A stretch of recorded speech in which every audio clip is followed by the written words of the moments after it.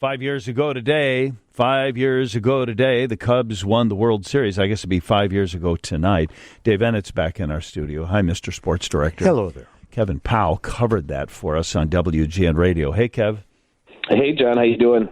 Did you guys see that coming? I forgot. That's 5 years ago today. I mean, I know we won it in 2016, but I just didn't see it coming up on my calendar. And then Bert Constable wrote a really nice piece in the Daily Herald about this. He told you where the players are now, which is kind of funny, tragic, and sad, and terrific if you're somebody like, I don't know, Rizzo and Bryant, or for that matter, Schwarber. I mean, some of them, are in a better place right now. But it was 5 years ago. Game 7 would go down as the greatest game in World Series history.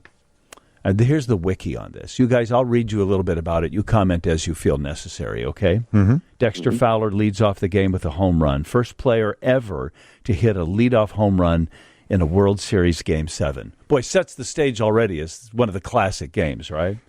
When that happens, Kev, do you think we got this? We got this? I felt good about the Cubs after that. But you think about how important Dexter Fowler was to that team. Joe Madden, sort of made it a thing all season where he said, you go, we go. And that was when Dexter Fowler was getting things going.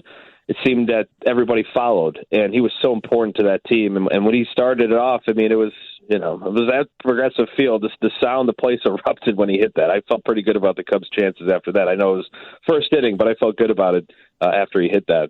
Leadoff home run. Indians tied the game in the bottom of the third with an RBI single by Carlos Santana. The Cubs scored 2 runs in the fourth with a sacrifice fly by Addison Russell. Chris Bryant running aggressively to tag up from third on a short fly ball. He slid under the tag at home. There was a double by Wilson Contreras to start the fifth inning. Javi Baez hits a home run. It's 4-1. Andrew Miller comes on in relief, gives up a walk to Bryant. RBI single to Rizzo. Boy, they were just clicking. We're up 5-1 in the fifth. So I'm sitting next to Mark Carman in wasn't the press box. They do an auxiliary press box for these big games where they convert like suites or certain parts of the ballpark into more media seating. And Mark Carman and I were sitting in it. And I was by the right field foul pole, kind of in the corner there. And the Cubs went up 5-1. And I almost just wanted to see what Carmen would say. And I looked to him and I go, "Oh, this game's over. The Cubs got it." And he gave me this look like, "Kevin, what are you talking about? We got a long way to go." That's basically what he said. He's like, "Shut up, Kevin. There's a lot of baseball left." But I just wanted to see what he would say. Yeah, he wasn't happy when I said that. Well, I don't think Dave Ennett believes in jinxes either, but it ain't over till it's over. Yeah, I don't, but just the way, and even the way that series had gone, you just had the feeling that it wasn't going to be easy. Okay, so this is as good as it got for the Cubs, the outcome notwithstanding. They're up 5-1. It's the fifth inning. Our pitcher is pitching really well, and then Joe Madden decides to do himself some managing. Well, 312-981-7200 to call or text in. This is WGN. John Williams here. We might share your comments or even your voice as we just take a little trip down memory lane today. What a nice little diversion. Bert Constable's piece in the Daily Herald recollected what it was like for him and his mom when the Cubs won the World Series Game 7 5 years ago this evening. And then he catches us up with what's happened to the players on that team since. I'll get to that in a minute.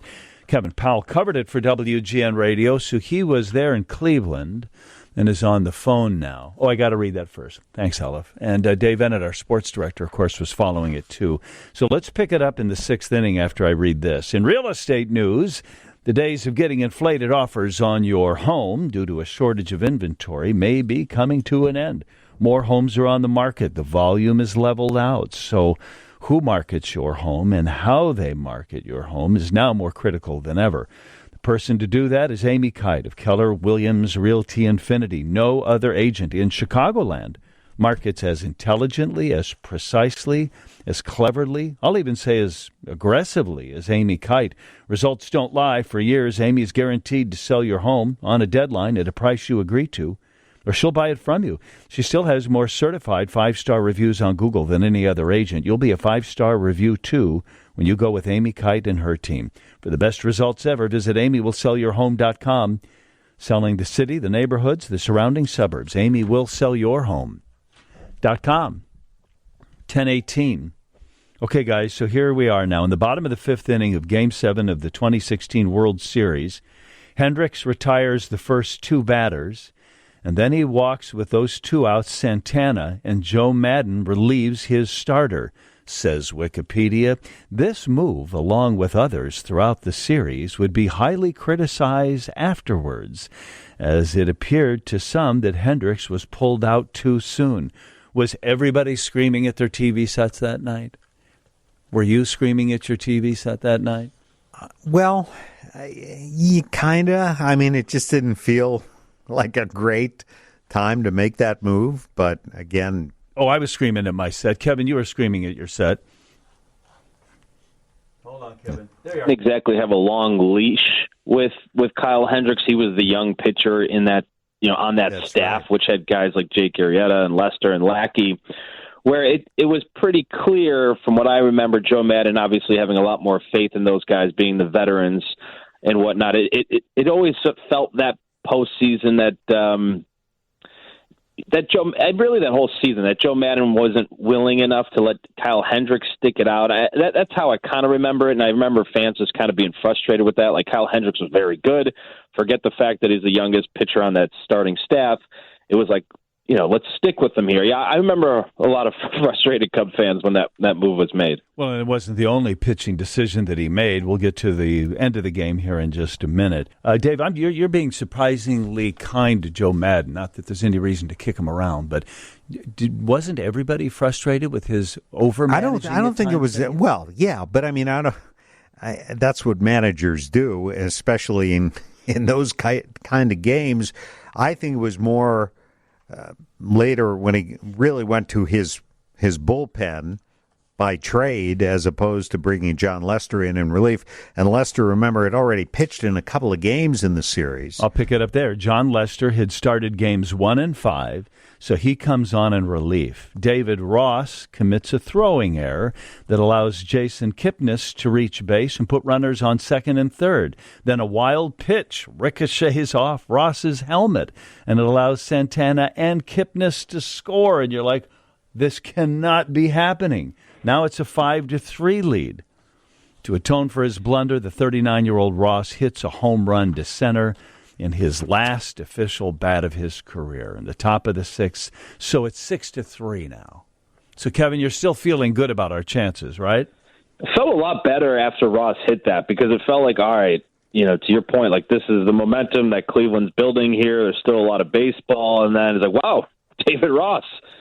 Smacks one to deep center for the home run. I also, by the way, always thought it was kind of funny how he was Grandpa Rossi. Yeah. He was only 39 years old during that season, and there were guys that were just a few years younger than him. But that was kind of the theme with him, and they rallied around that. But yeah, when that home run proved to be huge. Obviously, I know we'll get to later in the game, but without that, who knows how this game goes? Oldest guy to ever hit a home run in the World Series. I think he still has that distinction.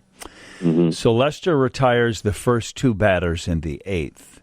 Then he gets pulled after a Jose Ramirez single. Maddon opts to use Aroldis Chapman, who has thrown 42 pitches in Game 5. He's already pitched in Game 6, despite the fact that the Cubs had already built a large lead. Brandon Guyer promptly hits a run-scoring double off of Chapman. Now it's 6-4. Boy, nobody's enjoying this at home. You're just on pins and needles. No. The next batter's the Indian center fielder who had hit 55 career home runs over 11 seasons. He's hitting 132 in the postseason. He hits a 2-run homer off of Chapman, and now it's tied. Yeah, yep. I can't really describe the sound of the ballpark after that was hit. I mean, it was I couldn't believe it. Rajai Davis, of all people, off of Chapman. I know Maddon was criticized for that as well with, going with Chapman. But, I mean, I was fine with it. I know he had pitched a lot, and the Indians conceded quite a bit of it. But I don't think they win that World Series without Chapman. I mean, you think about how dominant he was that whole season, especially after they acquired him. And Joe Maddon said he defended it after. He's like, look, that was always the plan, was to stick with Chapman. And it's tough not to go with Chapman, right? He was throwing 102. Yeah. Now we see that, a lot more often, but even just 5 years ago, you didn't see that very often. Yeah. I mean, he was hitting 100 miles per hour on just about every pitch. So I know he was criticized for that. And I do remember after the game, people still being so frustrated with Joe Madden. I'm like, hey, they won the World Series. What do you think, Dave? Well, I mean, people forget that Chapman State came back out and pitched the ninth. Right. And he pitched a 1-2-3 ninth. Right. Despite giving up the runs and the home run to Davis. Well, talk about having the courage of your convictions if you're mad and you throw him back out there. And it works out, and then the rain comes. 17 minutes. So when the rain started, I remember my reaction to the tarp coming out, at least my initial reaction. I was like, they're really going to call a rain delay for this? Because I don't remember it being all that heavy, especially in the beginning. It was sort of this light mist that came down, and then you got the sense they were going to call a delay, and I was surprised they did it. But, I guess it's Game 7, ninth inning, all that. You don't want to mess around with the slick field and all that. But I just remember feeling, wow, this is huge for the Cubs. Even before, even after when we found out what went down in the weight room and all that with Jason Hayward, I was like, well, this is the exact thing the Cubs need right now because Cleveland had so much momentum. Hayward gives the guys a talking to. Did you ever feel a longer 17-minute span than that? I mean, it felt like 2 hours. Well, I wanted them to finish the game. I wanted them to finish the game that night. That's for sure. Well, I think everybody did. We got 2 minutes left, guys. Okay. Play resumes in the top of the 10th. Kyle Schwarber leads off with a hit. Then Albert Almora pinch runs. Bryant hits a deep fly ball to center, and Almora tags up and goes to second. They walk Rizzo. Zobrist comes to the plate. He's 0 for 4 in the game. He delivers an RBI double. We're up 7-6. We go up 8-6 later in that inning. And then Carl Edwards, give me a second. Carl Edwards was called on to finish off the Indians, and he walks Brandon Guyer. And then Rajai Davis. Is it Rajai Davis? Rajai Davis, I believe it is, yeah. And now it's 8-7. Man. Yeah. And then the ground ball to Bryant, who starts which he smiling. bobbles. I know. He slips a little bit. He's chuckling a little bit like, I got this. I'm thinking, dude, I'm sure you got this. Just make the play and then celebrate. Yeah. It was the hardest of wins. It was fitting, right? After 108 years, it took everything they absolutely had. And I will say they were one of the most fundamentally sound teams. You think about that Almora pinch run and just the whole season defensively and pitching. They just did the little things right. But yeah, it was a fitting end to that 108-year drought where it took every single thing they had in them to finally get the win. David Ross's homer, just everything mattered in that game. Everything mattered in that game, including some of Madden's questionable decisions that turned out to be good ones. Okay, well, it's just 5 years ago today. I just thought it'd be fun to sort of recollect that remarkable game.